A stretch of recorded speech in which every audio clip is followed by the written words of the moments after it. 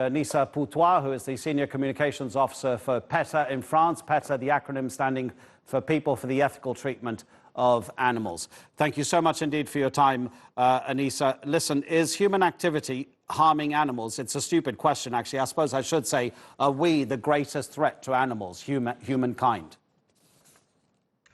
As consumers, we definitely have a responsibility to act in a way that will have the least impact on wildlife. We've seen in this case with the deer, and in every case where every week or every second week there's a beached whale with plastic in their stomach, we can see that our consumer choices really impact the world around us and wildlife.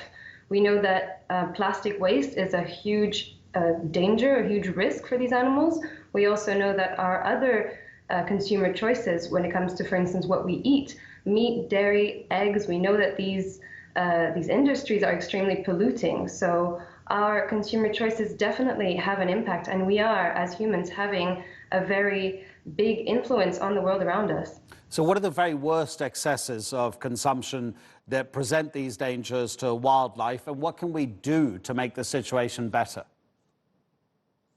As we see in this case, we can see that our waste is a huge danger.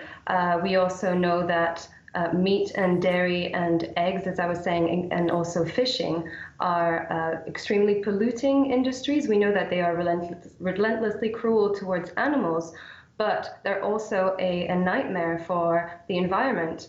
It takes incredible amounts of resources to feed animals and make them graze.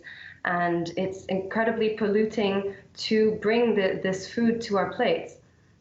Is it down to governments, do you think, to make new laws about how we consume, what we use, how we get rid of it, how we recycle?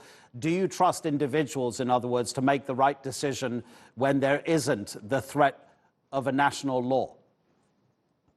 Governments definitely have a responsibility to implement laws, but we do know from experience that laws take a long time to be voted in, they take a long time to be implemented. So as consumers, we can have a personal impact by reducing our waste, by reducing the amount of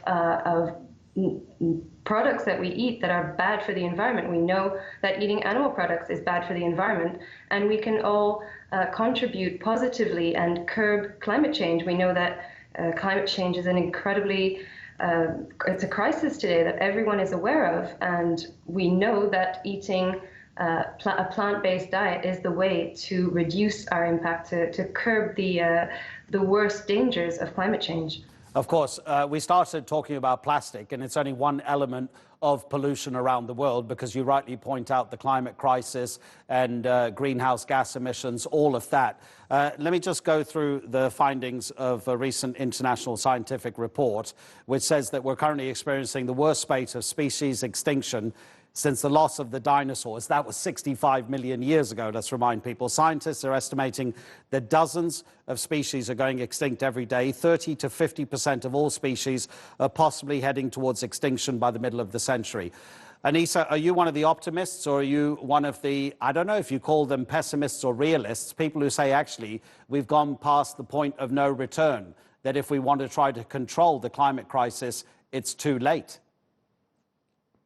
Well, actually, a report recently found that it was 60% of wild animal populations that were facing extinction in our lifetime. So it is an alarming realization.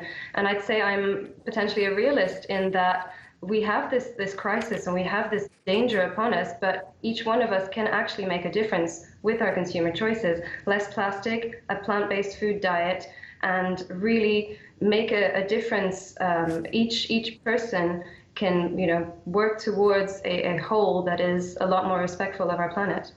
Anissa, thank you so much indeed for your time. So interesting to hear what you have to say. Anissa Putois, and by the way, I know that you're you're talking to us from London. I'd presume because you work for PETA France, you were in Paris. My mistake, not my producers. Thanks so much, Anissa.